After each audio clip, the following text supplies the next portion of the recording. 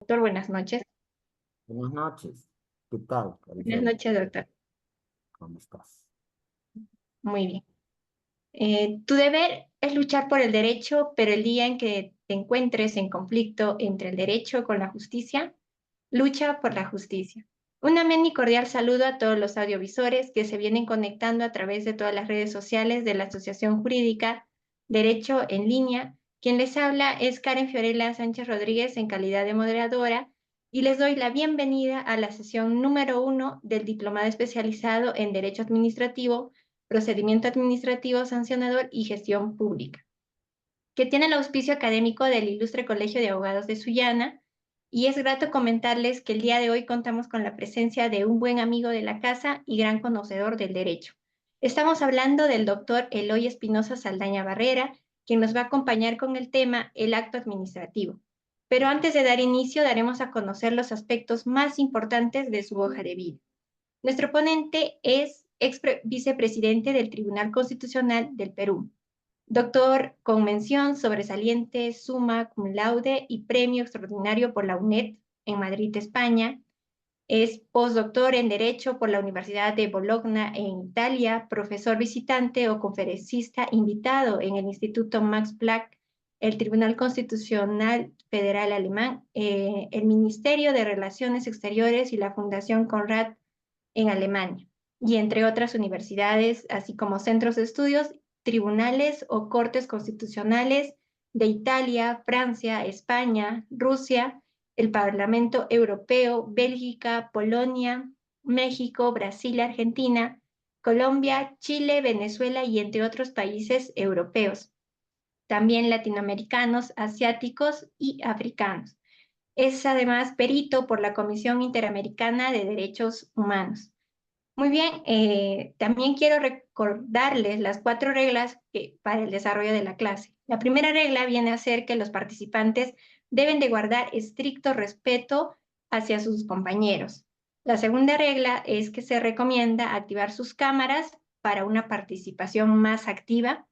La tercera es activar la opción para levantar la manito para que puedan pedir la palabra y en el momento que se les indique. Y asimismo tienen que desactivarla luego de participar. Y por último es que las preguntas que se van a formular en clase deben de estar relacionadas con el tema y no consultar casos particulares.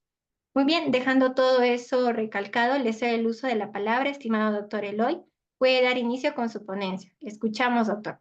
Muchas gracias, Karen Fiorella. Ante todo, que bien nacido ser agradecido, y vaya entonces mi agradecimiento para Derecho en Línea en general, para ti y muy especialmente para Cristian, por el honor de permitirme no solo participar en esta actividad, sino ser quien lo inaugure. Mi saludo en particular para todos y todas las periodistas por ser este su día. Y vaya mi rechazo abierto a dos acontecimientos que han sucedido hoy. Y, eh, uno de ellos es de carácter internacional. El ataque con misiles de Irán a Israel, en mi modesta opinión, ninguna guerra es buena, y que en ella, en ninguna guerra, hay realmente quien vence o quien es vencido. Siempre lo que hay son una serie de víctimas inocentes. Y por otro lado, un acontecimiento nacional que con tantas cosas ha pasado un poco de largo, pero es importante. La injusta y la arbitraria suspensión de su cargo por 365 días a Rafael Muente, destacado profesor de Derecho Administrativo, gran persona, y cuya única falta ha sido, supuesta falta, la de buscar la mejor calificación de su personal. Organiza un curso de capacitación y por eso el curso de capacitación lo sanciona y lo suspenden 365 días en su gestión de presidente de uno de los organismos reguladores más importantes del país, OPSITEL. Esto es un funesto antecedente dentro de lo que es la administración pública peruana y la función pública.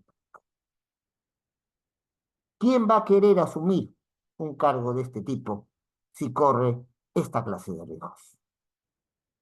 Y ahí lo dejo. Siendo esta la oportunidad de inaugurar el curso, A lo largo del curso van a verse diferentes aspectos del derecho administrativo que, como conversaba en las preliminares con Cristian, con Karen Fiorella y con estaban conectados antes de darse la graduación, el derecho administrativo es la vida misma. El quehacer de la vida misma tiene mucho que ver con el quehacer de la administración o el no hacer de la administración. Salimos a la calle y nos encontramos con don semáforo. Salimos a la calle o nos encontramos con una policía o un policía. Queremos poner un negocio. Tenemos que contar, depende de lo que estamos haciendo, con una licencia, una autorización, un permiso. Aspiramos a un cargo dentro de la administración municipal, regional o nacional y vamos a tener un concurso para entrar, salvo que esté en los supuestos excepcionales de personal de confianza o los servidores públicos que no hacen carrera administrativa. Contratos vemos todos los días, contratos que son acuerdos de voluntades entre la administración y otras administraciones, los llamados contratos interadministrativos o de administración con particulares. Y eso lo tenemos, por ejemplo, el contrato de concesión administrativa, que es el Estado, las diferentes reparticiones no está en condiciones de hacer o hacerlo de manera rentable ciertas actividades, por ejemplo, la construcción de obras o la plasmación de un servicio público, y lo que recurre es, bajo ciertos parámetros, pasarle la gestión de este servicio público o de esta obra a un particular. ¿Ya? Eso es un contrato administrativo. En algún caso de concesión, en este caso concreto estoy planteando los de concesión de obra o concesión de servicio público. También existen contratos administrativos que son de gobierno a gobierno. Los panamericanos anteriores y los que vienen son producto de un contrato gobierno a gobierno. Perú no está en condiciones de poder levantar toda la infraestructura para que se hagan los diferentes deportes y para que tengan donde alojarse todas las personas que van a venir con respecto a unos panamericanos. Y se ha insistido en esta segunda ocasión con el gobierno de Reino Unido para que ellos sean los que se encarguen de plasmar todas las cuestiones. La administración tiene sus maneras de actuar. Sobre eso es lo que se me ha pedido hablar. La principal manera, la principal actividad de la administración, más no la única, es el acto administrativo. Esto pediría, querido Cristian, querida Karen, que se pase al final. Yo lo voy a explicar, ¿ya? Voy a retomar eso porque si no pierdo el hilo de la exposición y lo peor que puede ocurrir con un expositor es perder el hilo de la exposición, ¿ya? Entonces, lo dejamos para el final, si les parece. Muchas gracias. Entonces, tenemos una serie de maneras de actuar de la administración, reglamentos, actos administrativos, actos de la administración, contratos administrativos, hechos de la administración, no hechos administrativos, y casi siempre estos van a ser, para poder llegar a un acto administrativo, que es lo que explicaremos hoy, tenemos que seguir una serie de pasos que están previamente establecidos que tienen como producto, en líneas generales, a un acto administrativo y esos pasos se les conoce con nombre de procedimiento administrativo. Hay una ley de procedimiento administrativo general, común para quienes no tienen un procedimiento específico, especial, particular. Y esa misma ley contempla unas pautas aplicables a todos los casos, salvo que de norma especial, pero también algunos parámetros muy particulares que son los del procedimiento administrativo trilateral y los del procedimiento administrativo sancionador. El procedimiento administrativo trilateral básicamente está para componer conflictos dentro de la administración, sobre todo cuando surgen problemas en las condiciones y en la calidad que se da un servicio público. A ver, yo estoy en este momento en Lima. Ustedes están en muchas partes del Perú y hay incluso alguna gente del extranjero que está conectada. En Lima metropolitana, o sea, Lima con el Callao, es tan compleja la condición de dar servicio de energía eléctrica que la repartición estatal correspondiente no lo puede hacer. Entonces, ¿qué hace? Pasa la gestión a a dos empresas, una que se encarga de la parte norte de la ciudad y otra que se encarga de la parte sur de la ciudad. Yo estoy en la parte sur de la ciudad, entonces la empresa es Luz del Sur. ¿Qué ocurre? Si no estoy de acuerdo con el recibo de luz que me ha mandado Luz del Sur, yo lo que voy a plantear es primero un reclamo ante Luz del Sur. Pero si Luz del Sur no me da la razón, yo tengo la oportunidad de ir a una autoridad administrativa que no es jurisdiccional, que no compone los conflictos en igualdad de condiciones, sino buscando que es el interés público, que es el interés general en la situación particular, y va a actuar como un tercero para proteger el interés público. Por eso se llama trilateral. Hay tres, por lo menos, que intervienen. La repartición administrativa correspondiente que va a resolver el conflicto, quien plantea el conflicto y quien le está dando básicamente el servicio que genera el conflicto. Y después tenemos los llamados procedimientos administrativos sancionadores.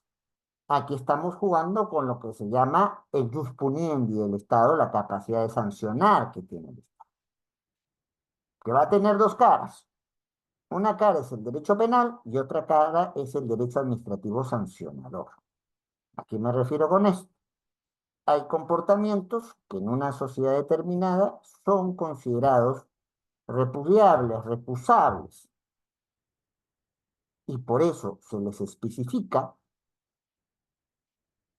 en base al llamado principio de legalidad, que en realidad es principio de juridicidad, tener que plantear la norma correspondiente dictada por la autoridad competente. ¿Para qué? Para decir qué comportamiento se sanciona, ya, tipicidad, qué comportamiento tiene que estar claramente especificado para poder ser sancionado. No puedo decir en general, no. Eso se llama taxatividad. Y obviamente hay que guardar una relación de proporcionalidad. Si yo estuviera presente donde está Karen Fiorella y Karen Fiorella saca algo para agredirme, yo puedo protegerme de la agresión con medios idóneos, con medios necesarios y con medios adecuados, que sean alternativas menos gravosas. Si ella me quiere agredir con una pistola, no puedo salir con un bazooka o un cañón. De eso trata, esas son las pautas del derecho administrativo sancionador y sobre todo el procedimiento administrativo sancionador.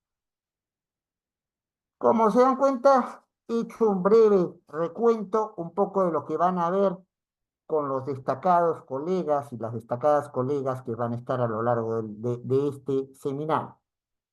Se me ha pedido que toque en particular el tema de los actos administrativos.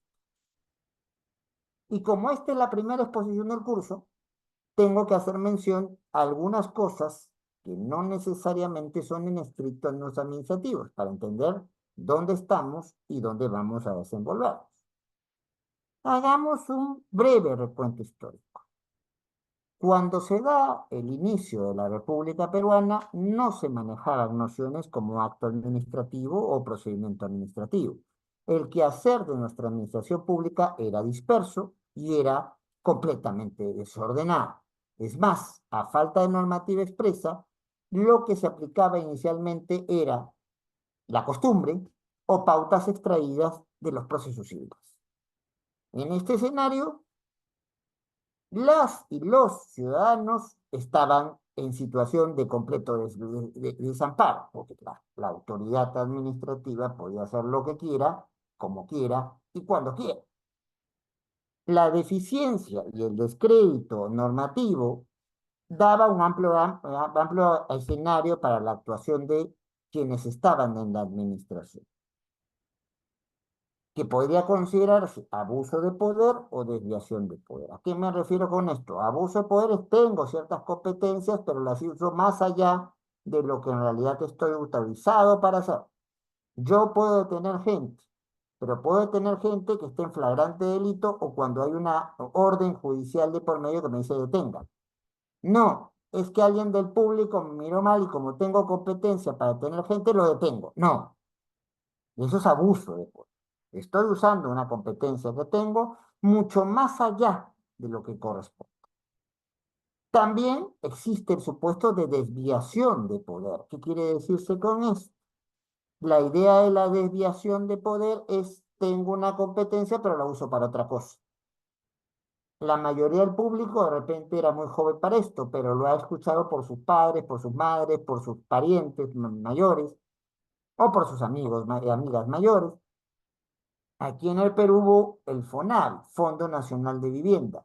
A todos quienes trabajábamos en el sector público, el sector privado, se nos descontaba una parte del sueldo para con eso supuestamente construir viviendas, casas, departamentos.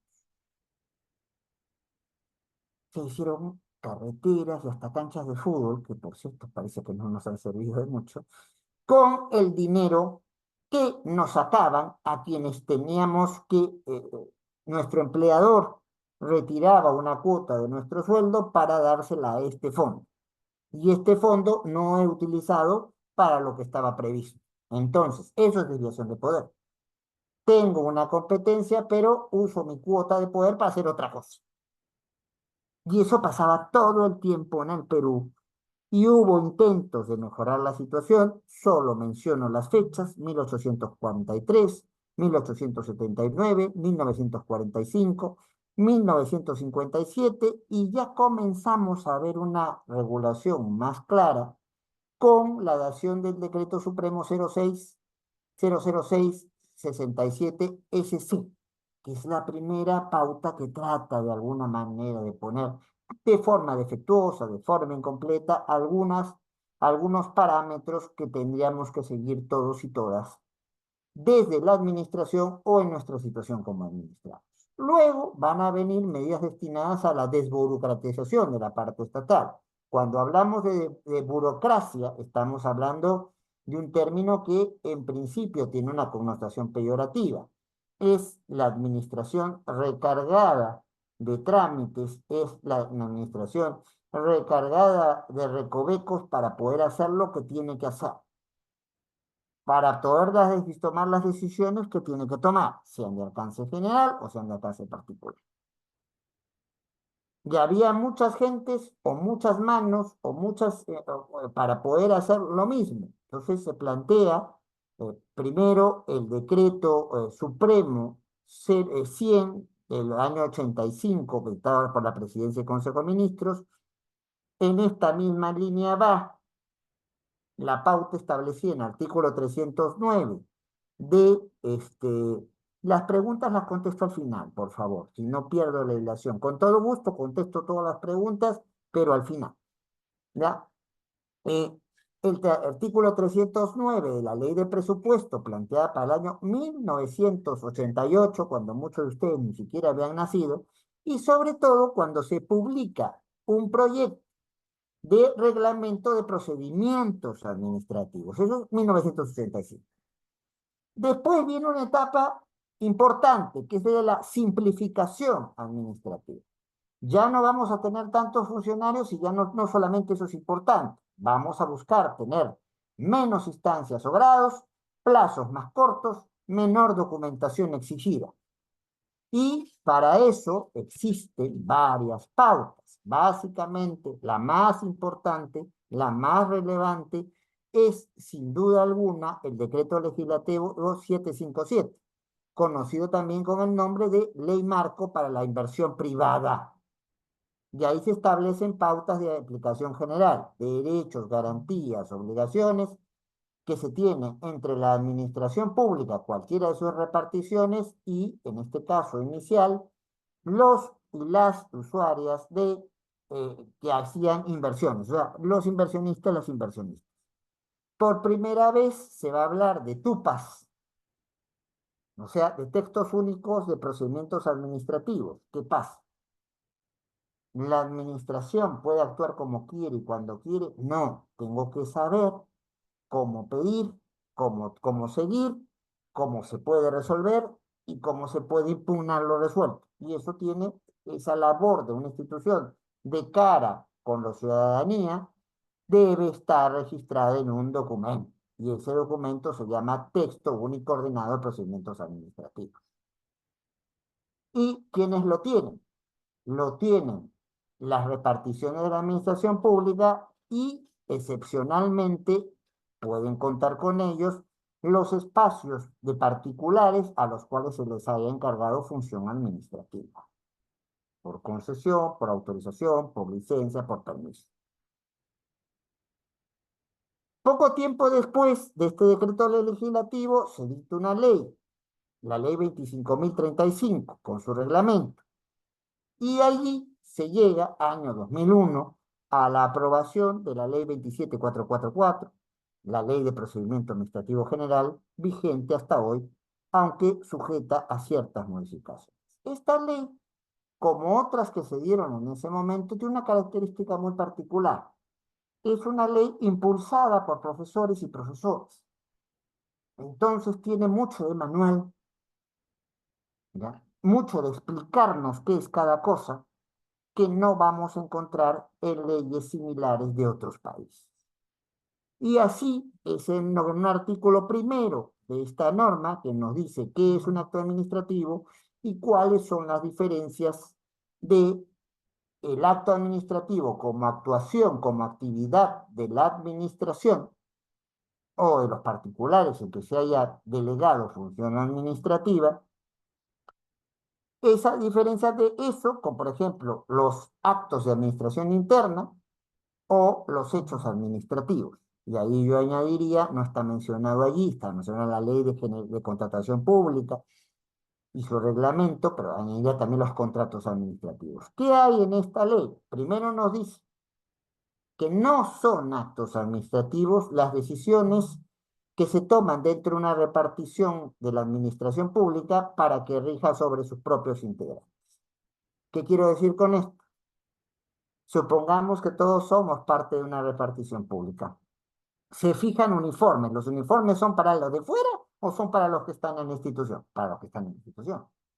Se fija un horario de trabajo. ¿El horario es para los de fuera o es para los que están dentro de la institución? Para los que están dentro de la institución. Esos son actos de administración o actos de administración interna. ¿Y qué son hechos administrativos? Actuaciones materiales de la administración. ¿Qué pinta el local del municipio? ¿Nos afecta como ciudadanos? No. ¿Afecta al quehacer de la misma institución? No. Son actuaciones materiales, hechos que se dan en la realidad, que puede impulsar una repartición administrativa. ¿Qué son entonces los actos administrativos? Se va a decir en la norma peruana, siguiendo la buena doctrina, que los actos administrativos, y además, para diferenciar, el contrato administrativo es un acuerdo de voluntades, una parte de una repartición estatal, otra parte un particular o alguien que se porta como un particular. Por ejemplo, un contrato administrativo es como el gobierno del Reino Unido, pero ahí funciona como si fuera un administrado. Puede haber los diferentes tipos de contratos que se lo voy a explicar a ustedes después, pero la idea es que siempre hay una parte estatal que busca defender el interés público, el interés general. Aquí no voy a hacer una distinción entre ambos conceptos, es muy sutil y mucha gente los considera como sinónimos. O, en su caso, el interés social, favorecer a los desfavorecidos, favorecer a los vulnerables, con decisiones que promuevan la satisfacción de necesidades humanas básicas de ese sector vulnerable y que puedan alcanzar sus proyectos de vida, su desarrollo humano integral, o rechazo de aquellas cuestiones que vayan en contra precisamente de esos sectores vulnerables. Y cuando hablamos de un reglamento, estamos hablando de declaraciones de la administración que lo que van a buscar es fijar de reglas de juego generales para todo el de fuera que se presente a querer algo de la administración. Regulación general para todo el que va a la repartición administrativa. Todo eso es actividad de la administración, pero nada de eso que he explicado hasta ahora es acto administrativo. Cuando hablamos de acto administrativo, se habla de declaraciones, sí, de reparticiones públicas, sí, o de particulares a los cuales se les ha confiado función administrativa. ¿Destinadas a qué? A producir efectos jurídicos externos a la misma administración pública, a la repartición de administración pública de derecho público, o sea, mirando al interés general, mirando al interés público, mirando al interés social en su caso, y con un carácter individual o individualizable. Un típico acto administrativo es una resolución que nombraría, por ejemplo, a Karen Fiorella o a Cristian, gobernadores regionales de Amazonas. Esa es una decisión tomada por una repartición pública, sí, o por alguien al que sea delegado función administrativa, que causa efectos jurídicos, claro, desde el momento que alguien es gobernador o es gobernadora regional, tiene situaciones jurídicas, un posicionamiento dentro del derecho y tiene relaciones jurídicas, o sea, posibilidades de actuar, de hacer, no hacer o de dar, ¿ya? Que van a estar condicionados por su sitio, por su situación jurídica. Esto es una relación jurídica. No es la misma, depende de dónde esté. Y por eso es importante señalar que aquí estamos hablando de la generación de efectos jurídicos. Y esos jurídicos tienen carácter individual o individualizable. Cuando a Karen Fiorella se le nombra gobernadora, ella sola es gobernadora hasta que termine su periodo o le declaren vacancia. Si nombro a 5 personas, claro, es un efecto individualizable, porque el nombramiento es de Juan, es de Pedro, es de Susana, es de Teresa y es de Cristina. Que estén en el mismo cargo, sí, pero cada quien sí tiene sus propias responsabilidades, tiene sus propios deberes, sus propias obligaciones, sus propios impedimentos, sus propias prohibiciones para hacer o no hacer, para dar o no dar. Vamos entonces a explicarnos un poquito más. Cuando se habla de declaraciones, se habla de expresiones de voluntad. Y estas expresiones de voluntad pueden ser de 3 tipos: decisorias, de cumplimiento o de opinión. Cuando estamos hablando de declaraciones decisorias en el ámbito de la administración o de quien tiene función administrativa, son aquellas declaraciones de voluntad porque las cuales la administración busca satisfacer un fin, un deseo, un querer ser de alguien. Por ejemplo, el otorgamiento de una licencia. Cuando estamos hablando de declaraciones, entonces que son de conocimiento, cuando la administración pública o los particulares que se hacen función administrativa certifican un hecho que tiene relevancia jurídica. Por ejemplo, nació el hijo de alguno de los presentes o la hija de unos presentes. ¿Qué va a hacer? Ante ese nacimiento, lo que se pide es una partida de nacimiento. Si esa persona se casa, va a haber una partida de matrimonio. Si esa persona se divorcia, va a haber una anotación en su partida de matrimonio que está divorciado o divorciada. Si esa persona fallece, va a haber una partida de función. Allí lo que está haciendo la administración o a quien se ha delegado función administrativa es certificar algo que ya pasó, pero que tiene relevancia jurídica porque, claro, la existencia, las condiciones del estado civil de alguien cuentan o no para lo que va a venir después. ¿Tengo parentesco con alguien que me divorció? No tengo ya parentesco. No hay parentesco definido. Y eso va a significar una serie de consecuencias jurídicas.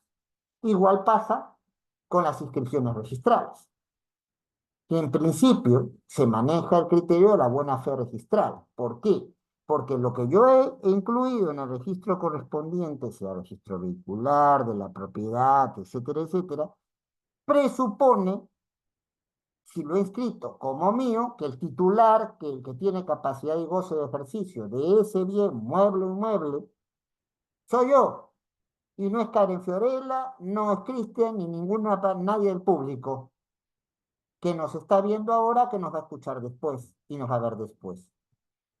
Pero hay también otro tipo de declaración que puede hacer la administración, que es la declaración de opinión. Allí la administración, o quien hace las veces de administración por delegación de función administrativa, van a tomar van a hacer una valoración, van a tomar un juicio, van a fijar posición sobre una situación específica, sobre un acto específico, sobre un hecho específico.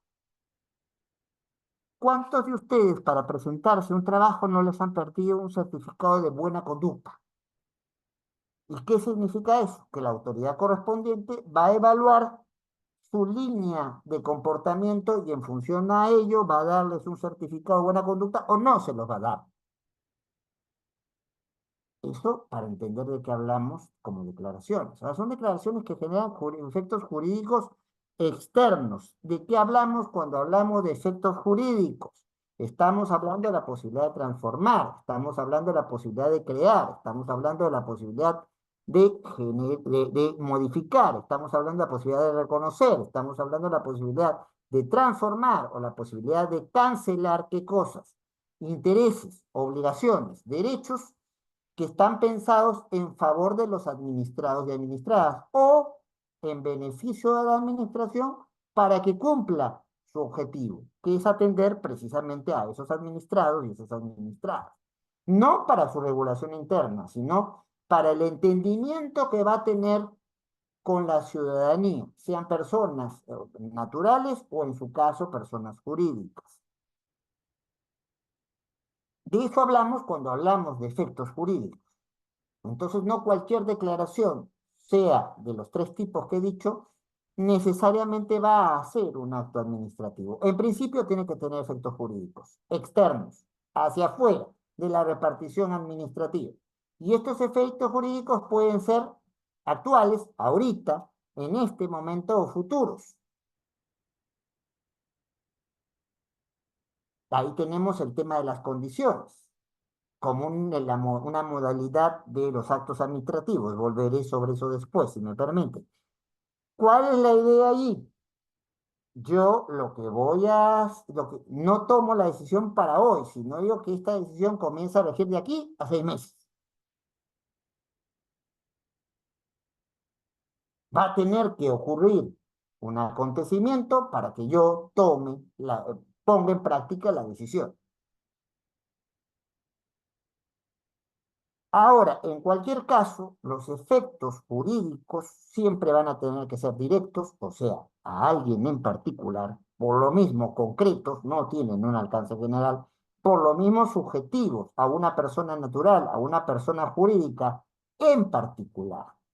Y van a tener que ser, entonces, públicos, o sea, con alcance de satisfacer el interés público, de satisfacer el interés general y eventualmente el interés social, y en el ámbito del interés del derecho público. Aquí no estamos hablando de derecho civil, aquí estamos hablando de las relaciones de las personas naturales o jurídicas con reparticiones estatales o a quienes se les haya delegado atribuciones de la administración.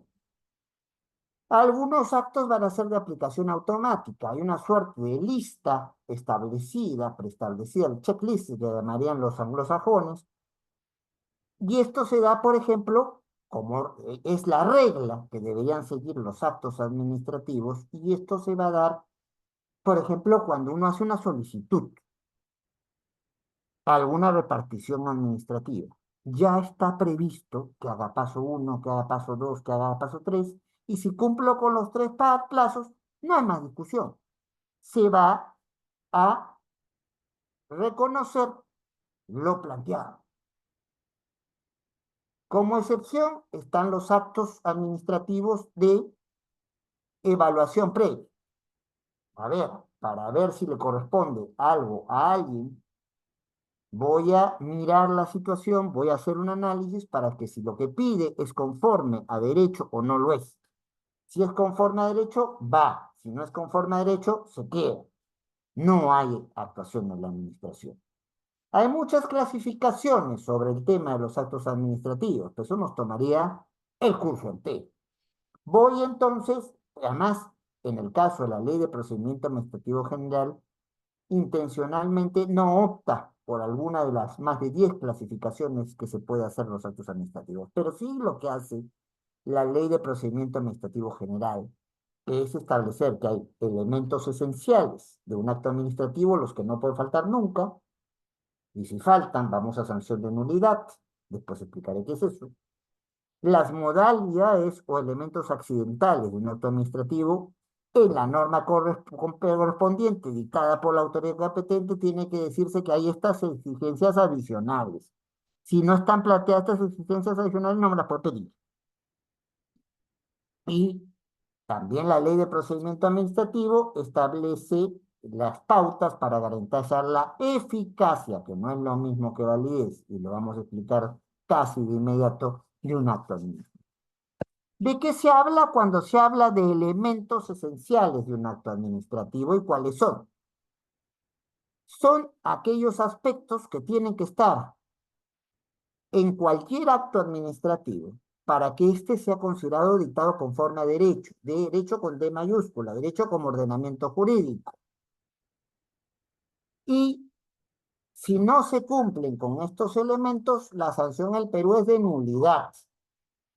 Desde el momento que se declara, o si es un acto favorable al administrado o la administrada, desde el momento que se emite el acto administrativo, ese acto, y en algunos casos hay de eficacia anticipada, el artículo 17, para ver si hay de eficacia anticipada o de eficacia retroactiva. ¿Desde cuándo? Entonces, pero aquí los efectos son de nulidad, o sea, lo que pasó, pasó. Y en principio no lo puedo cuestionar, en principio. Y lo que voy a cuestionar es justamente desde el momento que el acto administrativo incurre en la falta de estos elementos esenciales, y de allí para adelante. Eso es nulidad, que no es lo mismo que anulabilidad. Anulabilidad es, a ver, vamos a plantear que aquellas cosas que no son conformes a la Constitución pueden dejar de regir si se toman ciertas pautas. ¿Ya? Hay una presunción juris tantum, que todo, o sea, admite prueba contraria, que todos los actos administrativos son constitucionales, son convencionales y responden al principio de legalidad en sentido estricto, en sentido amplio, perdón.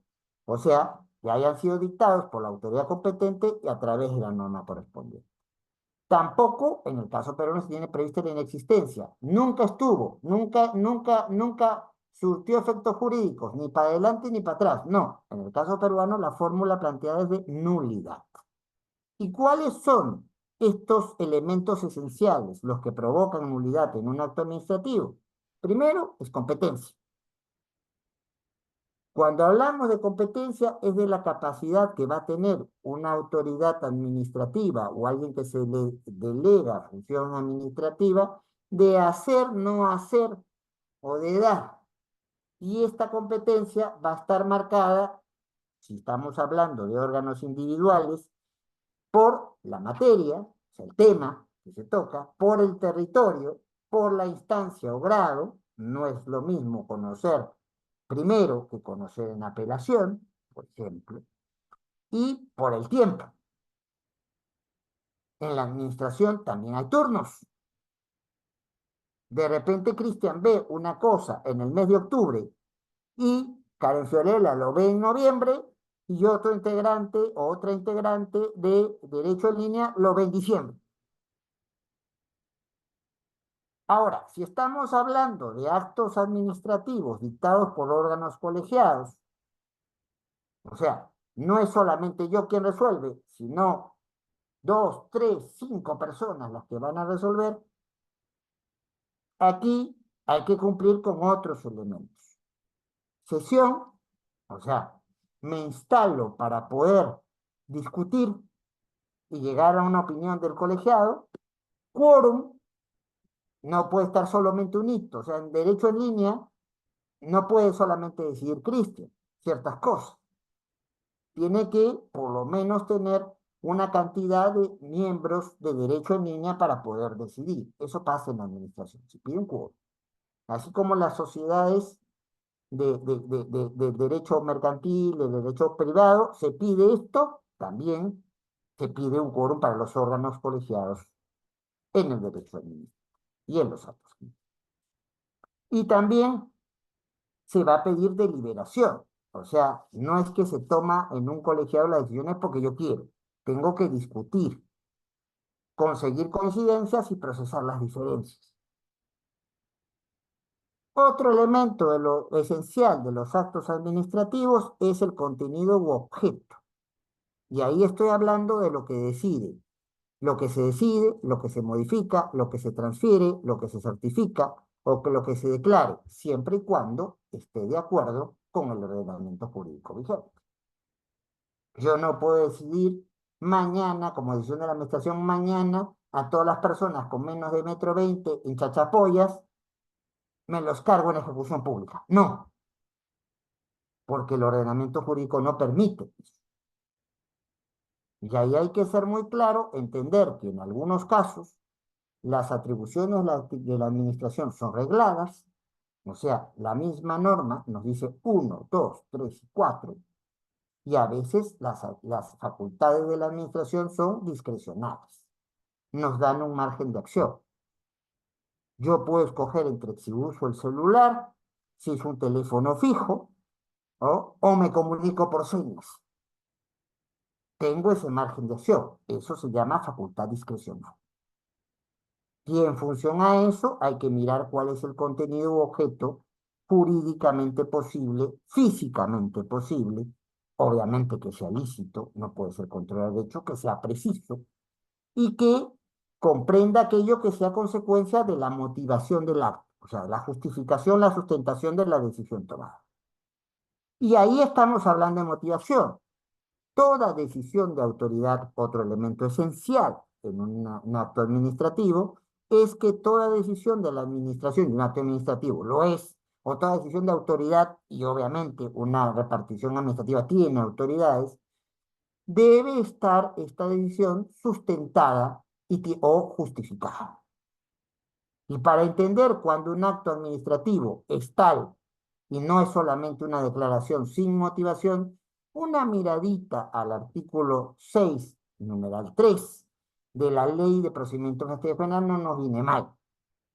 Allí se dice que no estamos hablando de motivación si son decisiones genéricas, son decisiones vagas, son decisiones contradictorias o son decisiones insuficientes. O, si queremos mirar un poco más, vayamos a una sentencia que dictamos en su momento en el Tribunal Constitucional, que la sentencia de Pauca. No es precedente, es sentencia. No, entonces, pero ¿qué tiene de importante esta sentencia? Así como en su momento el tribunal, en una composición anterior, dijo cuando un acto, cuando una resolución jurisdiccional es motivada, en el caso famoso de Amoja, ¿ya? No se había dicho cuándo está motivada un pronunciamiento administrativo. Y a propósito de entonces, de un tema administrativo vinculado con el Ministerio Público, comienzan a establecerse algunas categorías. No muy distinto a lo que te dice la Ley de Procedimiento Administrativo General, pero es en tanto y en cuanto viene un pronunciamiento del intérprete vinculante de cierre de la Constitución, pues creo que hay que tomarlo en cuenta, ¿no? Y pero hay temas polémicos frente a la motivación. Y los temas polémicos en el caso peruano están incluidos en el artículo 6, numeral 4 de la Ley de Procedimiento Administrativo General, que permite que haya decisiones que se consideran actos administrativos, aunque su motivación sea por lo menos discutible. ¿Cuándo? Son tres supuestos los que se plantean. ¿Cuándo estamos hablando de esto? Primero, cuando son decisiones de mero trámite. Pónganse en conocimiento de la autoridad tal lo que está pasando. Bueno, ello vaya y pase. El segundo elemento es cuando las decisiones que se toman no perjudican a terceros. Allá vamos entrando en dudas, porque va a tener que haber una evaluación de la autoridad si el asunto, la decisión que está tomando perjudica o no terceros. Y el tercer elemento, más discutido y discutible todavía, son los casos de motivación única. Ay, profesor, a esta hora nos viene con cosas complicadas. ¿Esto qué quiere decir? Que cuando tengo una situación que es sustancialmente igual a otra, yo puedo repetir la misma respuesta que de un caso para aquellos que son sustancialmente iguales. Nunca hay casos idénticos, o sea, hay cosas que son muy parecidas. ¿Por qué? Porque el caso idéntico sería que sea la misma persona, el mismo objeto, la misma consecuencia.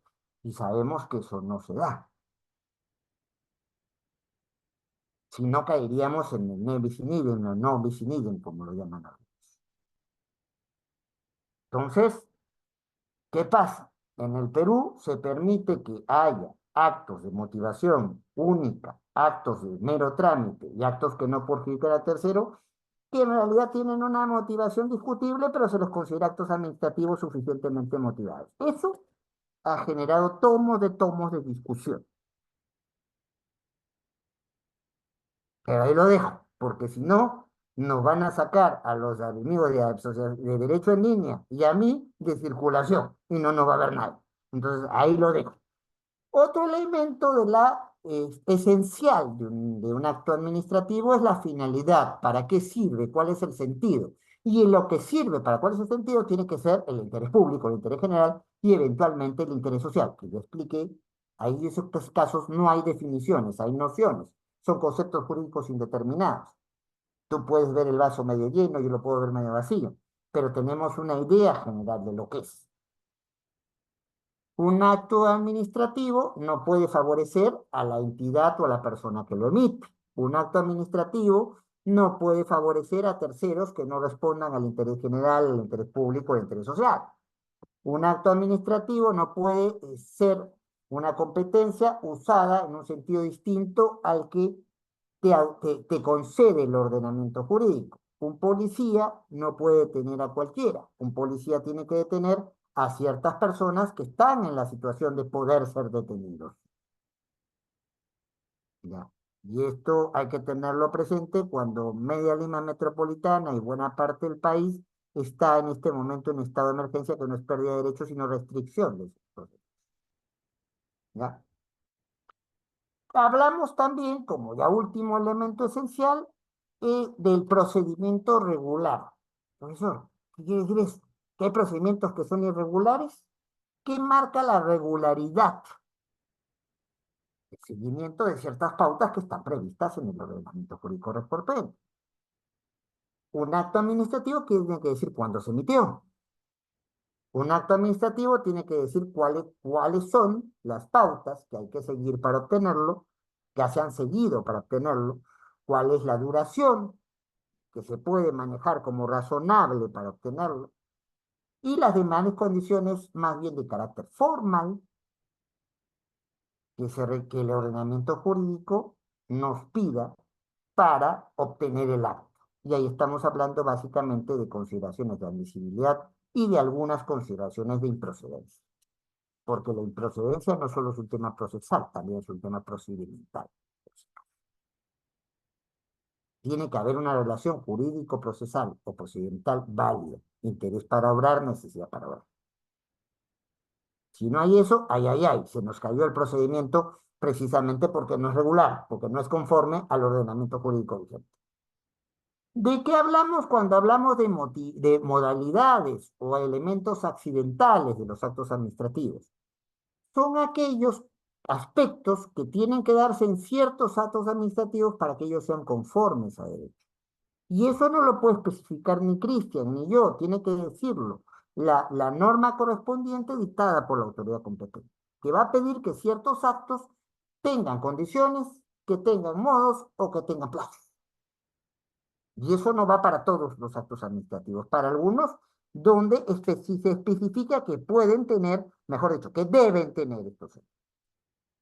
¿De qué hablamos cuando hablamos de una condición? Hablamos de un hecho público y un hecho incierto que va a especificar cuándo comienza o cuándo termina a tener el acto efectos jurídicos.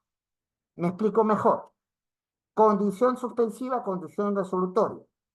Cuando hablamos de condición suspensiva, ocurre un hecho que determina desde cuándo comienza a tener vigencia el acto administrativo. Si yo hago un pronunciamiento de carácter unilateral con efectos hacia afuera para Cristian y digo que esto comienza a regir de aquí a 7 meses, esa decisión no se va a aplicar en el cuarto, en el quinto mes, se va a aplicar a partir del séptimo. Condición suspensiva. Hay un hecho futuro que es incierto, los 7 meses que pueden pasar muchas cosas, y ya sabemos que en el Perú pasan muchas cosas en 7 meses, ¿ya? Para que recién el acto tenga vigencia, que se le pueda aplicar a Cristo o a cualquiera de los que nos están viendo y escuchando hoy y los que nos vayan a ver y escuchar mañana, pasado, cuando quieran. ¿Ya? ¿Y cuando se habla de conducción resolutoria? Cuando estamos ante un hecho que especifica hasta cuándo tiene vigencia. Este acto rige hoy, rige mañana, pero la próxima semana ya no rige. Eso es condición resolutoria. Cuando hablamos de modo, se habla también de cargo, estamos hablando de aquellas obligaciones, aquellos elementos adicionales que le pido a un ciudadano o ciudadana que esté en el rol de administrado o administrada para poder obtener el acto que está buscando. Esa es una carga, eso es un modo, eso es una obligación. Puede estar en unos actos administrativos, sí, donde la norma específica los obligue a tener. Y hablar de plazo creo que es más fácil de entender. El plazo es un tiempo para realizar o culminar el acto administrativo. Pasemos rapidito a hablar de ciertas cosas como la eficacia, porque si cansa escuchar la exposición larga, más cansa dictarla, les confieso, ¿ya? Entonces, aquí tenemos primero, ¿de qué hablamos cuando hablamos de eficacia? Hablamos ya no que se emita un acto administrativo conforme al ordenamiento jurídico, con consideraciones de validez y consecuencias de nulidad, en principio, sino estamos hablando de los efectos cuando me obliga el acto dictado. En principio, el acto dictado me obliga desde su notificación. Y vayamos al artículo 20 para ver las variedades de notificación que hay. La comunicación, que puede ser de diversas maneras, y ahora con los adelantos de las nuevas tecnologías, lo digital está de moda y va a pasar de moda con la inteligencia artificial, pero eso ya es tema de otros procesos. ¿Ya? Pero en algunos casos, cuando el acto es favorable al administrado o a la administrada, yo estoy de acuerdo con quienes sostienen que la eficacia del acto, su capacidad de poder ser cumplido y exigido, rige desde el momento de la emisión. Si yo le estoy reconociendo un derecho a nuestra amiga Carmen Fiorello, no tiene que esperar a que me notifique. Una vez que se entera que el acto ha sido emitido, ya puede exigir que le den el derecho que ella estaba pidiendo. Y hay supuestos de eficacia anticipada, denle una miradita al artículo 17 de su numeral 1, su numeral 2 de la Ley de Procedimiento Administrativo General, y la idea también de la eficacia retroactiva, o sea, para atrás. Ojo que la Constitución solo reconoce efectos retroactivos en el ámbito penal, pero otras áreas del derecho, como el derecho administrativo y el derecho laboral, por citar dos casos, ha planteado la posibilidad que algunas decisiones tengan una eficacia retroactiva, o sea, para atrás. ¿Cuándo? Cuando no lesionan derechos fundamentales o no lesionan la buena fe. Si yo compré a una repartición pública mi departamentito y resulta que la repartición pública sabía que el terreno donde se construía el departamento era un terreno de un particular y se apropió del terreno sin pagar la expropiación y el justiprecio, si no me metí porque soy prepotente, bueno, yo compré de buena fe. Miré el registro y decía que esto era una construcción estatal.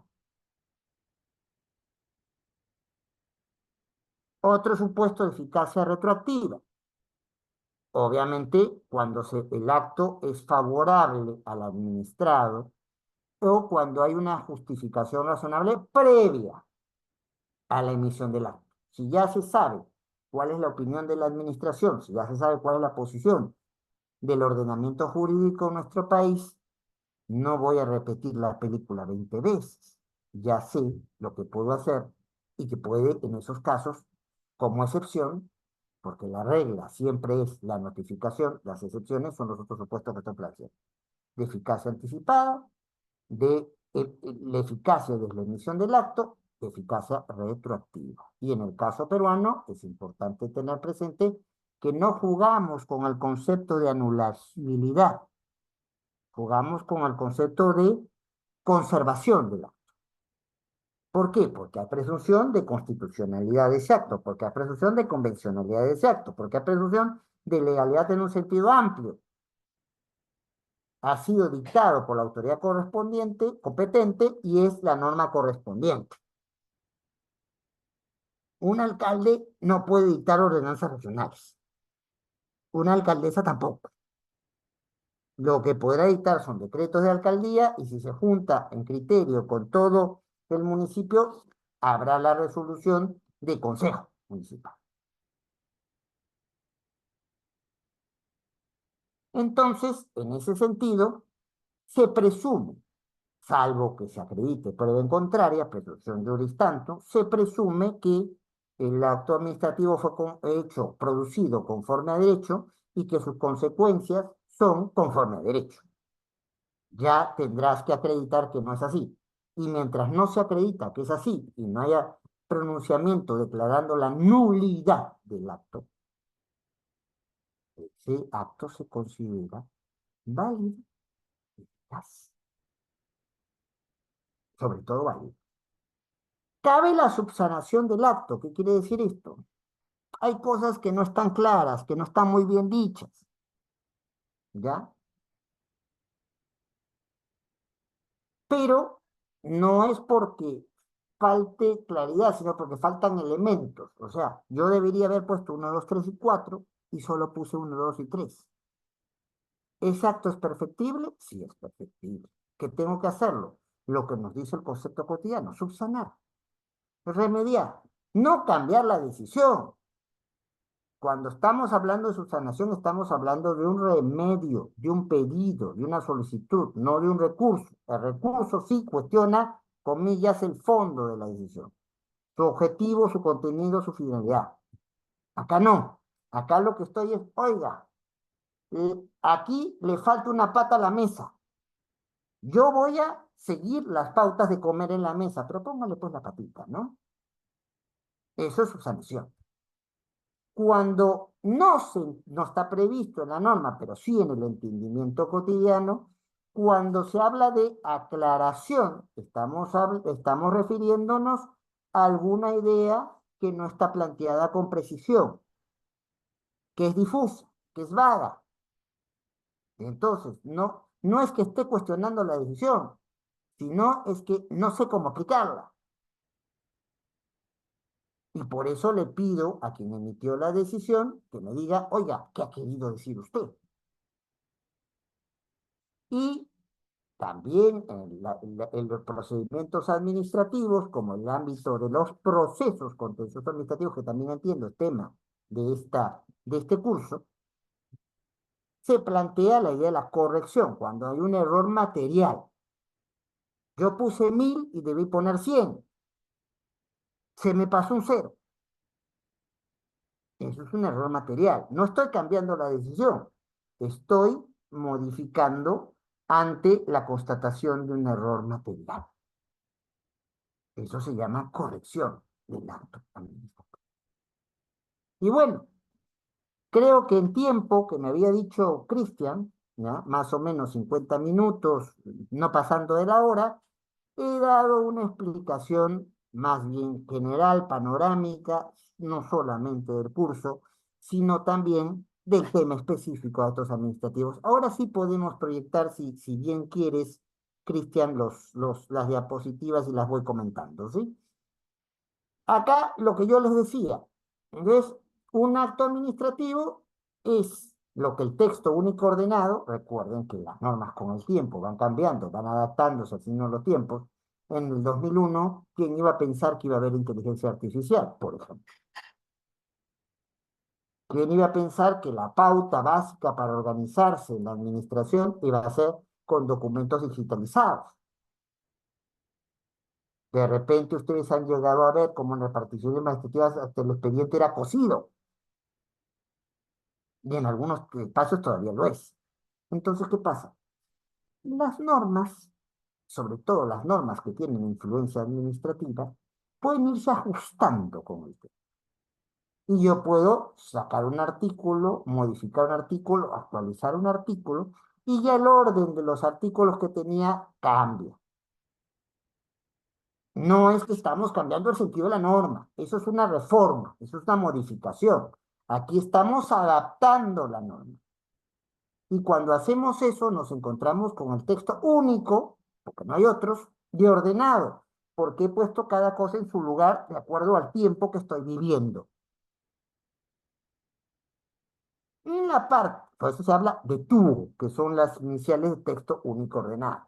En el texto único ordenado, artículo primero de la Ley de Procedimiento Administrativo General, lo que les he dicho, declaraciones de unidad, declaraciones de voluntad de las entidades que en el marco de normas de derecho público están destinadas a satisfacer efectos jurídicos, no religiosos, por ejemplo, con todo respeto, ¿ya?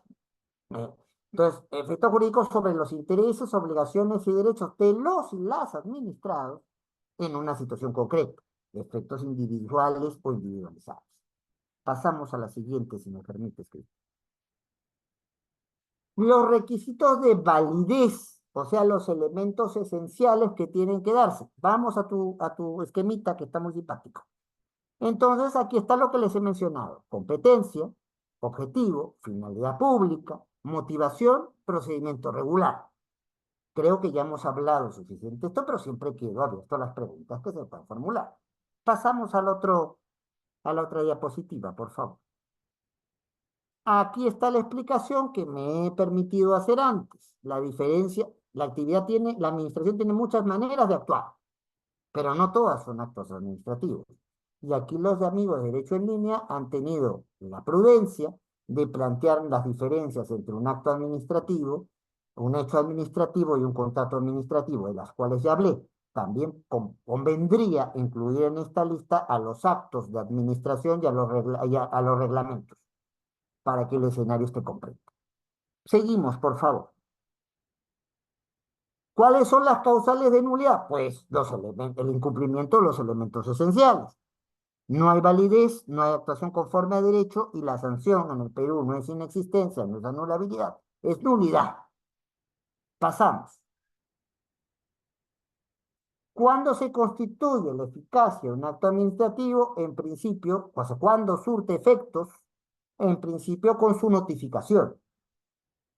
Ya ahí ustedes escojan, hay notificaciones que son prioritarias, el artículo 20, que ese sí ha sido adaptado a los tiempos.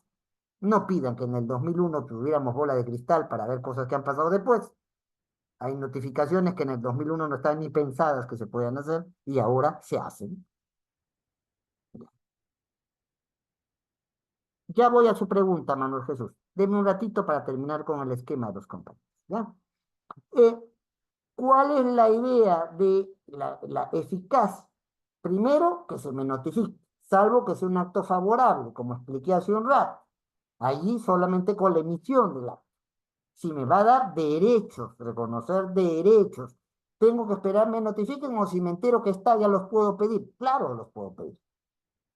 Y hay, artículo 17, los supuestos de eficacia anticipada y la posibilidad de deducir eficacia retroactiva.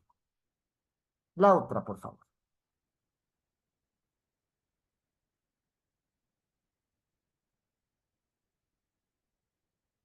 Muy bien, doctor, eso es todo. Eso es toda. Ya, bueno, ya. Entonces, muchísimas gracias por la oportunidad de exponer, de inaugurar el curso y siempre quedo abierto a las preguntas que ya veo que se están formulando. Muchísimas gracias. Excelente cátedra, mi buen doctor, referente al acto administrativo. Muy bien, con su venia, estimado doctor, como usted comenta, damos acceso a la comunidad jurídica si tienen dudas, preguntas o consultas, levantar la mano para efectos de darles acceso al audio o también puede solicitarlo vía chat del Zoom. Tenemos a Giancarlos, estimado doctor. Ya, Doctor, muy bien, encantado de contestar su pregunta. ¿Cuál es para poder responderlo? muy bien. Doctor, si presenté una solicitud de comercio y el municipio no responde, presento una solicitud requiriendo se realiza el proceso de defecto en tramitación y deduzco silencio administrativo. Mi pregunta Ay, es que hasta la fecha no ha iniciado proceso de defecto. ¿Dónde presento mi queja o qué puedo realizar? vamos por partes y cucharadas, porque en realidad esa pregunta muy interesante encierra varias preguntas en sí, y hay Así es, que doctor. precisar muchos conceptos. A ver, vamos despacito, ¿no? En primer lugar, los actos de la administración, que lo dije rápido, pero lo dije, pueden ser de aprobación automática, uno, dos, tres, cuatro, cumplo, ya. La autoridad administrativa me lo tiene que dar. No es que lo pone a pensar, no, no, me lo tiene que dar. Y como excepción está lo que es sujeto a análisis, a una evaluación previa. Si bien entiendo, la pregunta que se me formula es alguien que está pidiendo básicamente una licencia, ¿no? Para poder, entonces, hacer determinada actividad en un sitio y no se la han dado. Esa es la pregunta, ¿no?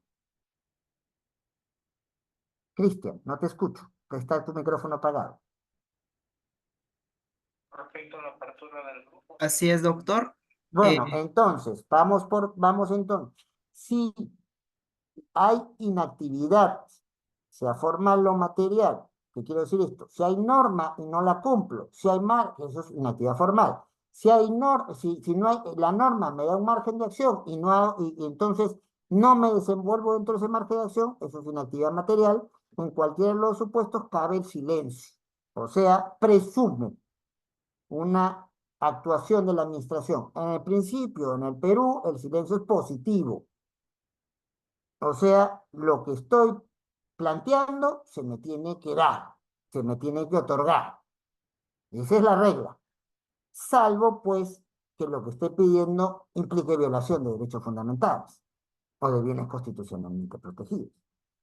Yo pido, volvemos al ejemplo de hace un rato, que todas las personas de menos de 1,20 m en Chachapoyas mañana pasen a mejor vida. Pues no puedo pedir eso.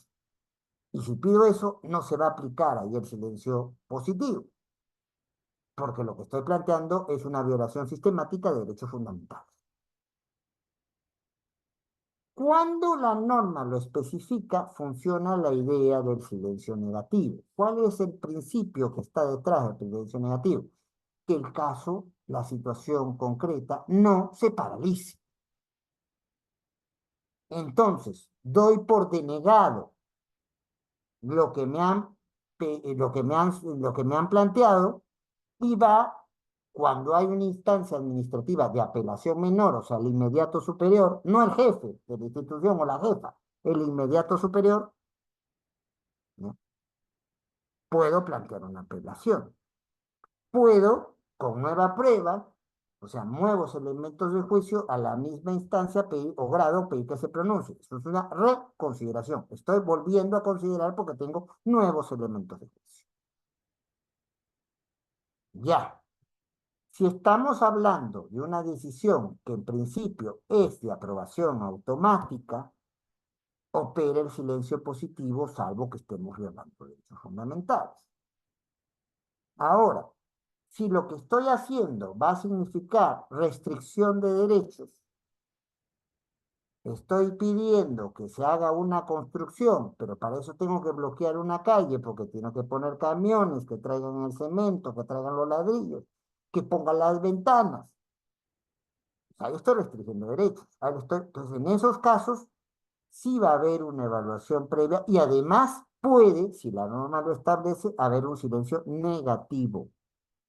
Allí iremos al superior jerárquico inmediato o si ya no es superior jerárquico inmediato, doy por, como se llama, agotada la vía administrativa y puedo ir al escenario jurisdiccional. ¿Ese agotamiento de la vía administrativa tiene excepciones? Sí. Están planteadas, depende si voy a plantear un proceso contencioso administrativo o un amparo en el Código Procesal Constitucional que se autodenomina nuevo, ya es del 2022, pero sigue llamándose nuevo, o en el caso de la Ley de Proceso Contencioso Administrativo, que en rigor es proceso administrativo, porque contencioso son casi todos los procesos, salvo donde hay una incertidumbre jurídica que debe resolver, sucesión intestada, que no es el caso. Ya, desde un ratito, termino pues de contestar una pregunta para poder pasar a la otra, ¿ya? Viendo la situación concreta que nos plantea el amigo que formuló la pregunta, si lo que parece estar pidiendo es que se le permita, autorice o se dé una licencia, no voy a entrar aquí en la diferencia muy sutil que hay en ambos, en todos estos tres conceptos, eso en rigor es un procedimiento de aprobación automática. Cumplo con ciertos requisitos y la autoridad me lo tiene que dar, salvo que haya violación de derechos fundamentales, y eso tendrá que acreditarse en el caso. Y si me lo tiene que dar y no me lo da, silencio positivo, me doy por permitido, autorizado, licenciado, para hacerlo. Pero tendría ya que mirar la situación específica, la regulación específica, porque no soy de los que se pronuncian abstracto. Y ya los amigos de derecho niña saben. O sea, hay situaciones que tienen un tratamiento particular en función a sus condiciones específicas. Entonces, ahí lo dejo para la pregunta. Tendría que conocer en detalle cuál es la regulación del sitio donde le está planteando y porque el silencio negativo no se presume, tiene que estar establecido.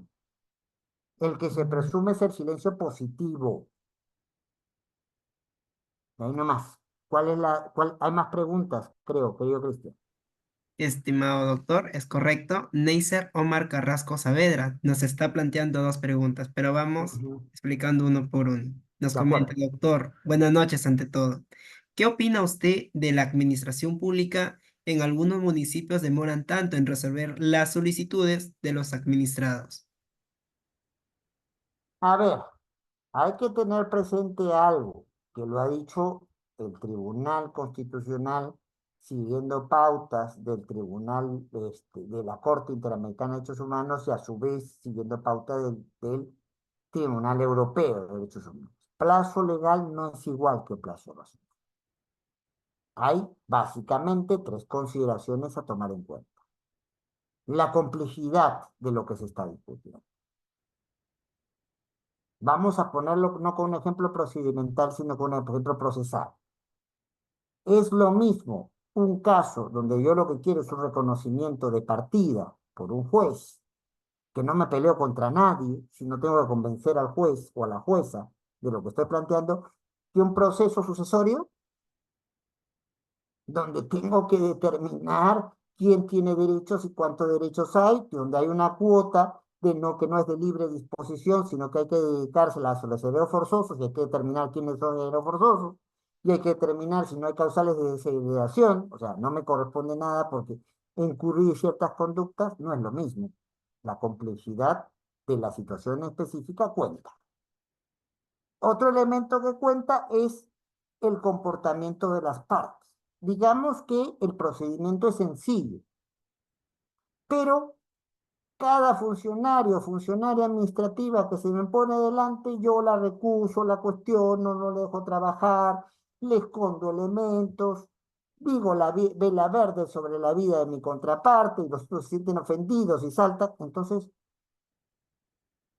esto no va a demorar porque es complejo. Esto va a demorar porque hay alguien involucrado en la solución del proceso, del procedimiento, que no se está comportando conforme. Y el tercer elemento para evaluar si un plazo es razonable o no es el comportamiento de las autoridades involucradas. Y no solo las que resuelven, sino las que apoyan a quien resuelve. Ejemplo,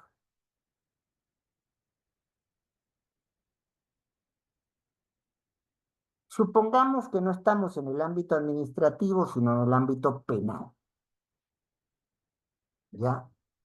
No en Amazonas, no en Lima, pero en Tacna hay una cárcel de máxima seguridad en la ciudad de Tacna que se llama Chayapalca. Y allí, cuando estuvimos en la cooperación internacional, conseguimos equipos de video, de audios, para conectar a todas las prisiones del Perú sin necesidad de mover a los presos o las presas. Pero esto pasa el tiempo, estos equipos se desactualizan, la señal en el Perú, la conectividad no es necesariamente de las mejores, ¿ya? Y a veces es necesario trasladar a un preso. Pero ¿qué pasa si la autoridad penitenciaria, porque hay una rebelión en la cárcel, porque no tiene un vehículo en condiciones para llevarlo, o tiene que juntar gente para llevarlas y no lleva de inmediato a la persona que debiera llevar? El proceso, en este caso, o el procedimiento en su supuesto, ¿se dilata o no se dilata? Se dilata. Y no es porque la situación sea compleja, y no es porque las partes estén actuando mal, sino porque las autoridades, incluso autoridades administrativas, no están haciendo lo que tienen que hacer. Entonces, puede pasar que una municipalidad se esté demorando por alguno de estos factores, pero suele pasar que no son estos factores, sino es la falta de expertise. En el Perú la función pública prácticamente no existe, y eso lo explicará seguramente otro expositor, otra expositora, ¿ya? Hay diferentes regímenes para atacar a gente a gente que hace el mismo trabajo, ¿ya? Hay una serie de elementos para evaluar si soy funcionario público, si soy funcionario de carrera o soy servidor público. Y todo esto cuenta. ¿Qué es lo que pasa? Las municipalidades, sobre todo, tienen una alta rotación de personal.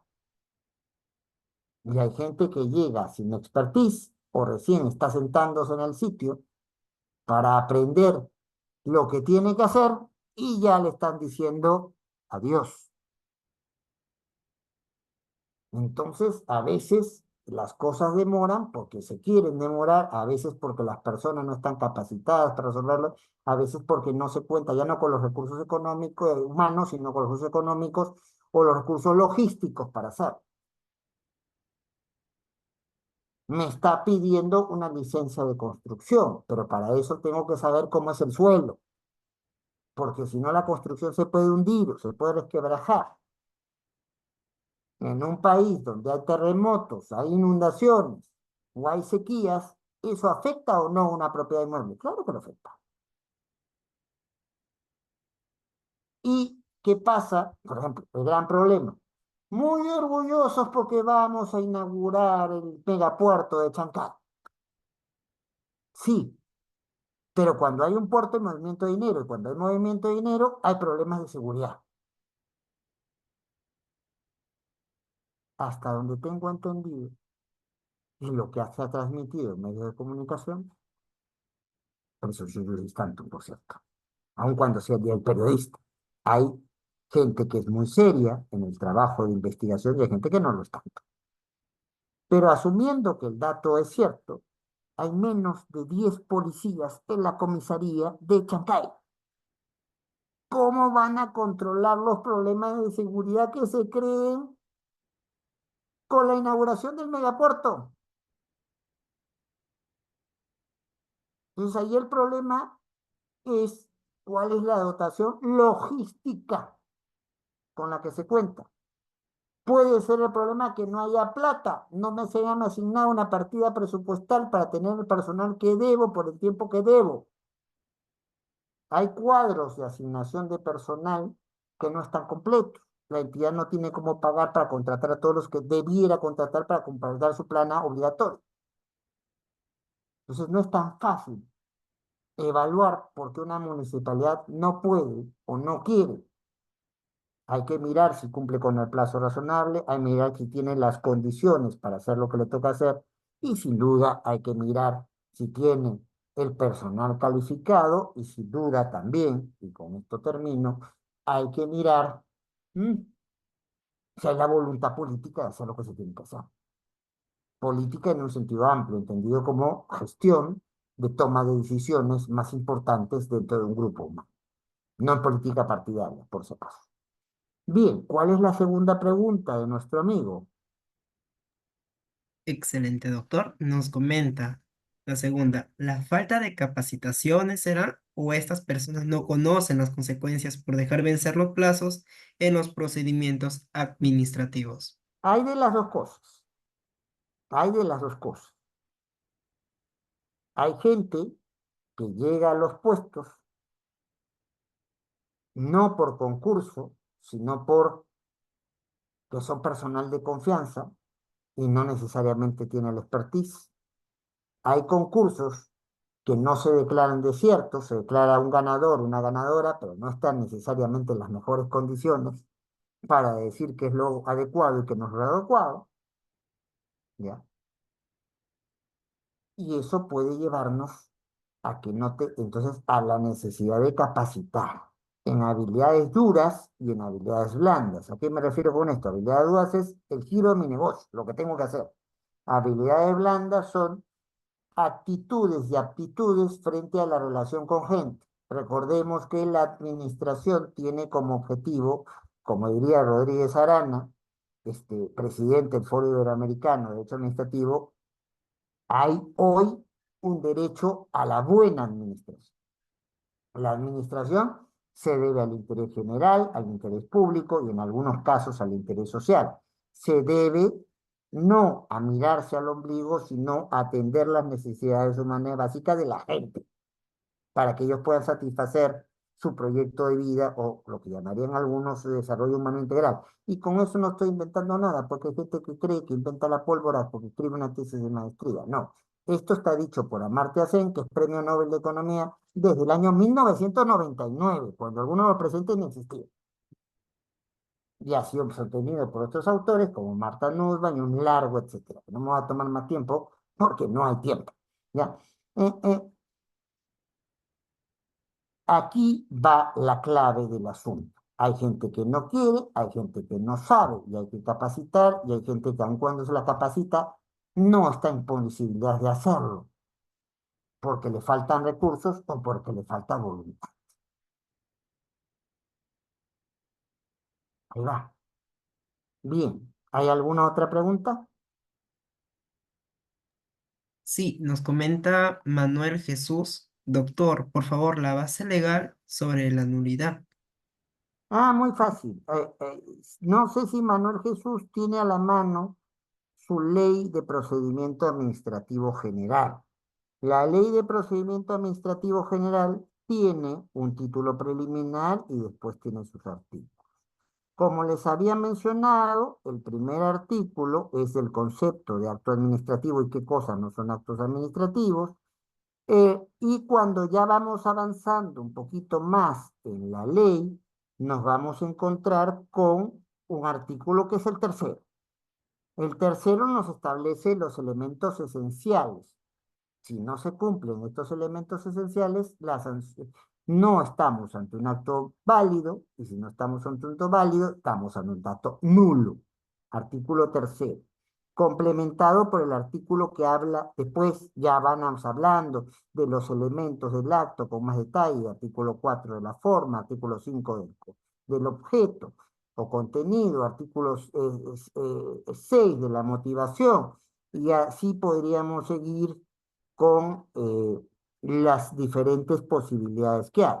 Y esto es sanción de nulidad. Eso está dicho más adelante en la misma norma. Invito a Manuel Jesús y a todos y a todas a que revisen el artículo 8. Lo leo. Es válido el acto administrativo dictado conforme al ordenamiento jurídico y punto. Y después, presunción de validez, artículo 9. Causales de nulidad, artículo 10. ¿Ya? ¿Cuáles son las causales de nulidad? La contravención a la Constitución, a las leyes o a las normas reglamentarias. 2, el defecto o la omisión de alguno de los requisitos de validez, ya los he mencionado a lo largo de la exposición. Tú mismo has puesto un cuadrito para ver cuáles son los elementos esenciales del acto administrativo. Y después ahí tenemos entonces son hasta 4 elementos. El tercero es los actos expresos o que resulten como consecuencia de la aprobación de un silencio administrativo positivo o de un acto administrativo de aprobación automática. Ya todos esos conceptos los hemos manejado a lo largo de la exposición. Y el cuarto es cuando estamos ante un acto administrativo que parte entonces constitutivo de una infracción penal, o sea, la comisión de un delito, ¿ya? O como consecuencia del incumplimiento de la norma que ha sido dictada. Ahí está todo el sustento de cuáles son los elementos que nos llevan a la nulidad, qué son las cosas que se consideran nulidad y cuál es la consecuencia jurídica. Si se violan estos elementos, la declaración es de nulidad. Norma expresa. Bien. ¿Hay alguna pregunta más, querido Cristian? Sí, estimado doctor. Hay 3 últimas. Con eso Uy, culminamos, Dios. estimado doctor. Bueno, hablando de plazo razonable, no es que no quiera contestar, pero bueno, ahí lo dejamos. Vengan las preguntas. Sí, doctor, 3 más y ya. Nos dice Juan Ferreira. Buenas noches, estimado doctor. ¿Quién sanciona a la entidad pública por sus faltas en los actos administrativos? Depende, depende. Y eso lo verán con la persona que vea procedimientos administrativos, ¿ya? El acto administrativo puede tener un cuestionamiento para deducir la nulidad de oficio, o sea, la misma administración se da cuenta que no hizo lo correcto, tiene un plazo para plantear que su actuación es nula, y cuando ese plazo le pasó, puede llevar el caso al Poder Judicial en lo que se llama el contencioso de nulidad, de lesividad. Cuando ustedes escuchen hablar de contencioso de lesividad, estamos hablando de una repartición administrativa que se dio cuenta que incurrió en causa de nulidad y lleva su situación al Poder Judicial para que ellos declaren la nulidad que no tuvieron la oportunidad, el tiempo o en fin, lo que se ocasione para no hacer lo que tenían que hacer. ¿Ya? Eso por un lado. Después existe el mecanismo de los recursos.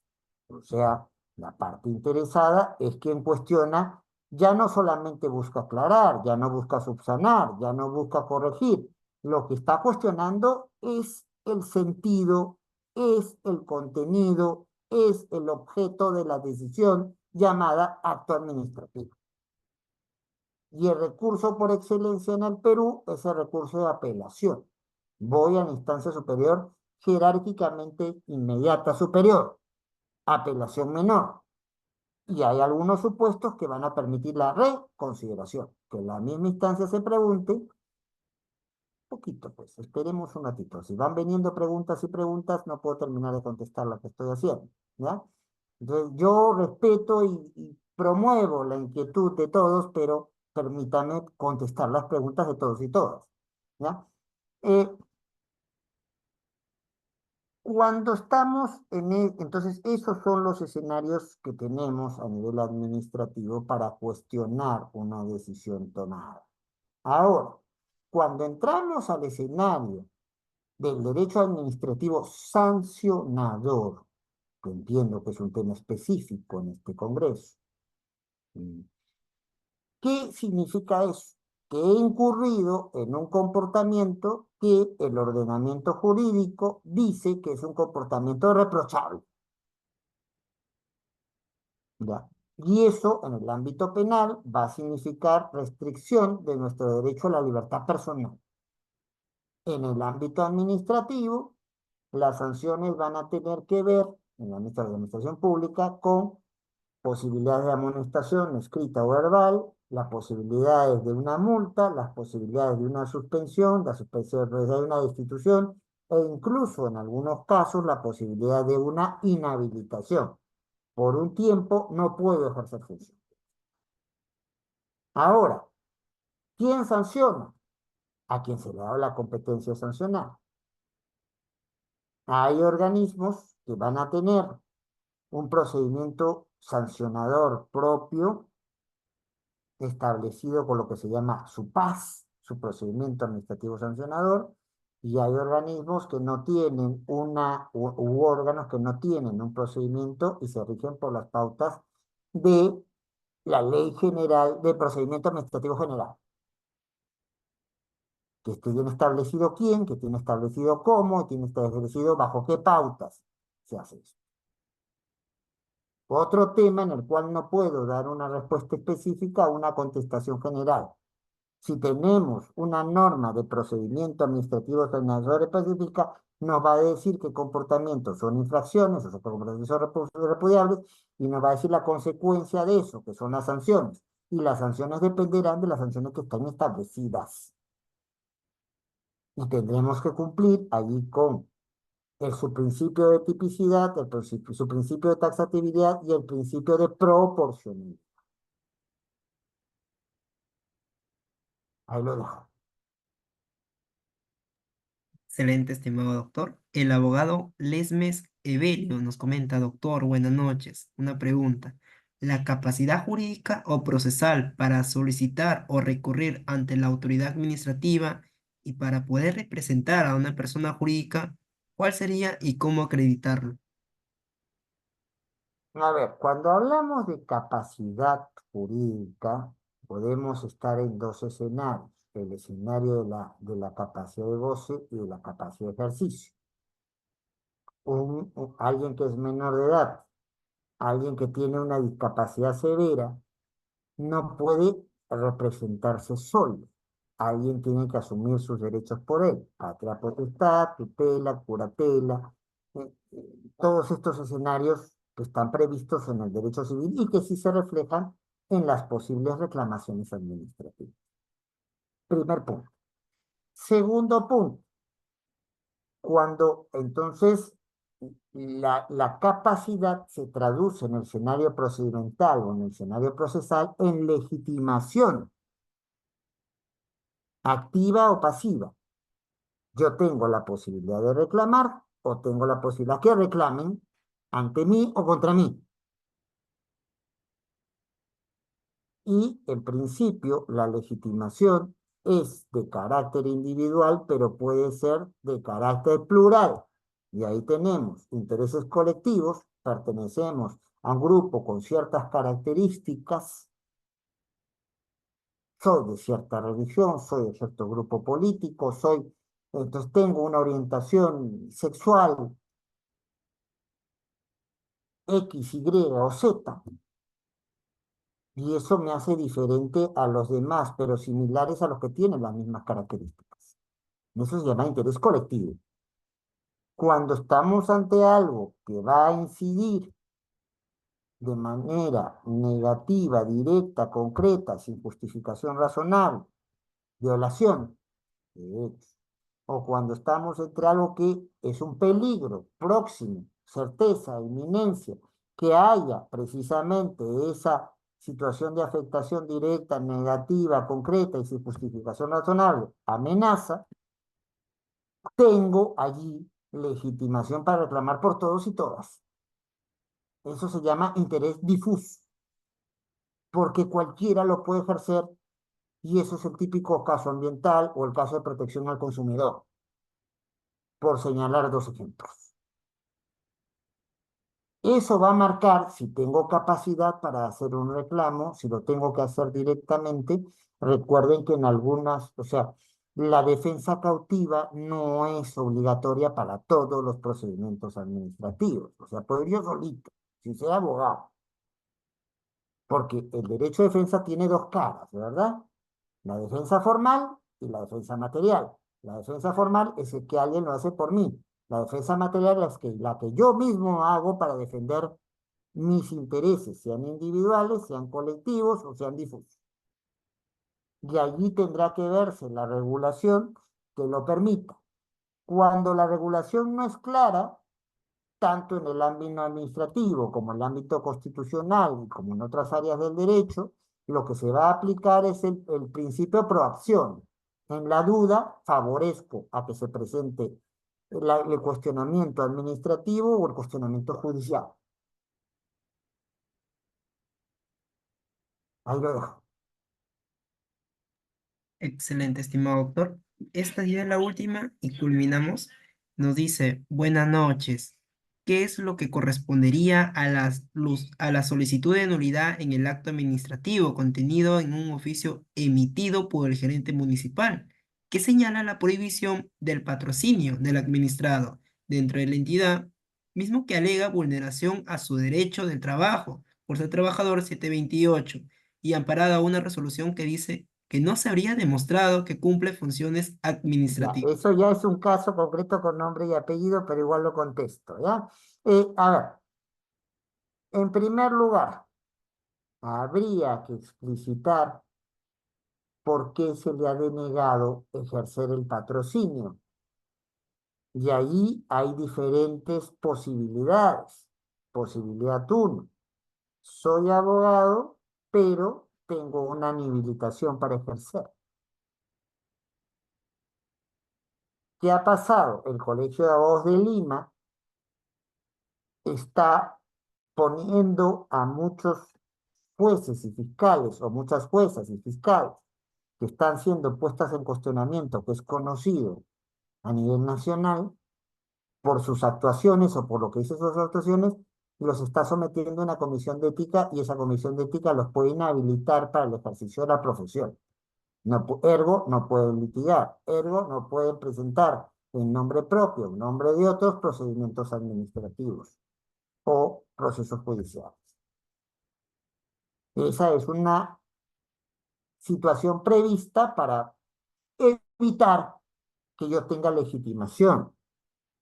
Otras situaciones, obviamente, si tengo una capacidad de ejercicio restringida.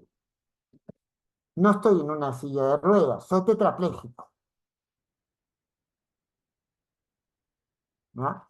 O he derivado en algún supuesto de inimputabilidad que ya no es reversible. Tengo Alzheimer muy avanzado, ¿ya? Tengo esquizofrenia muy avanzada. Ahí no basta porque en el Perú se cree que cualquiera que tiene un problema de depresión, un problema de ansiedad, ya está loco. No, no, no. Estamos hablando de supuesto, porque casi 8 de cada 10 peruanos y peruanas tienen algún problema de depresión o de ansiedad. Muchas veces no tratado o mal tratado, en el término literal de lo que significa maltratado. Tenemos que estar pues en una situación en la cual se considera, porque el ordenamiento jurídico le dice que no estamos en capacidad de defender nuestros propios derechos o no estamos habilitados para defender los derechos de otros. Y esto rige tanto a nivel de las entidades de competencia nacional como las entidades de competencia subnacional. Léase regiones, municipios provinciales o municipios distritales. No sé, porque la pregunta no lo especifica y a tal caso que la persona derive contigo, Cristian, para poder hacer una respuesta más cabal del caso concreto, ¿no? No sé si esta declaración de incapacidad, de falta de legitimidad, ¿a qué se debe? Y si estamos hablando de la representación de intereses propios, o estamos hablando de la representación de una persona natural, de una persona jurídica, de un colectivo o de un interés difuso? La pregunta no lo precisa. Y como ya estamos un poquito avanzados en el tiempo, a tal caso te pediría que hagas una coordinación por fuera y que si la persona está interesada en recibir una respuesta, bueno, tengo 8.000 cosas que hacer ya, pero me voy a organizar para tratar de darle una respuesta, viendo la situación específica. Porque a esto parece un caso muy particular, ¿verdad? Bueno, no sé si hay más preguntas. No, estimado doctor, como comentamos, son 3 preguntas y ya. En esa línea, estimado doctor, solicitamos a toda la comunidad jurídica encender sus cámaras para efectos de tomar un screenshot, un flyer Ah, y ya, poder tiene la subirlo fotito. Entonces me voy a poner formalito para que salir bien en la foto. A ver, y poder ya. subirlo a nuestro fanpage de la Asociación Jurídica por la apertura de este diplomado en Derecho Administrativo, Procedimiento Administrativo Sancionador y Gestión Pública, quien estuvo a cargo del ex vicepresidente del Tribunal Constitucional, Eloy Andrés Espinosa Saldaña Barrera. Muy bien. Bueno, muchas gracias por todo. Y a veces digo cosas porque prefiero decir las cosas como son y no como me conviene que sean. Y a veces me meto en problemas por eso, pero soy más amigo de la verdad que de mis amigos y amigas. Muchas Excelente. gracias por esta oportunidad. Que venga la foto y después ya coordinamos para la grabación y las otras cosas, que tú sabes que yo me encanta difundir las cosas que se hacen. Entonces, desde ya, aunque estamos terminando un poco tarde, bueno, me la pasas hoy, me la pasas mañana, pero ya vemos eso. Y bueno, venga la foto, ¿ya? Excelente. A ver, en la cuenta de 3, 2, 1, ahí va el primer screenshot.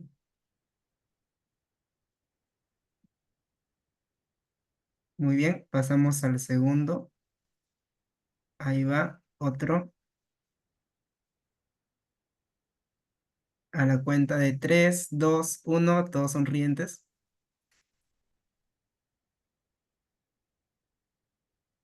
Correcto, doctor. Se lo voy a hacer llegar también el flyer. Asimismo, lo estaremos publicando en nuestro fanpage de la Asociación Jurídica Derecho en Línea. Bueno, ustedes quédense quietecitos ahí porque el que va a hacer la foto ahorita soy yo, ¿ya? También para que me quede de recuerdo. Ahí va, Muy listo. bien, estimados. Encender su cámara, por favor. No, ya la encendieron, ya están todos ahí, ya les tomé la foto, ya. Entonces, hay algunos que no salen porque obviamente hay que apretar esto para que salga todo el mundo, pero bueno, por lo menos han salido algunos y algunos. ¿Ya? Excelente, doctor. De acuerdo.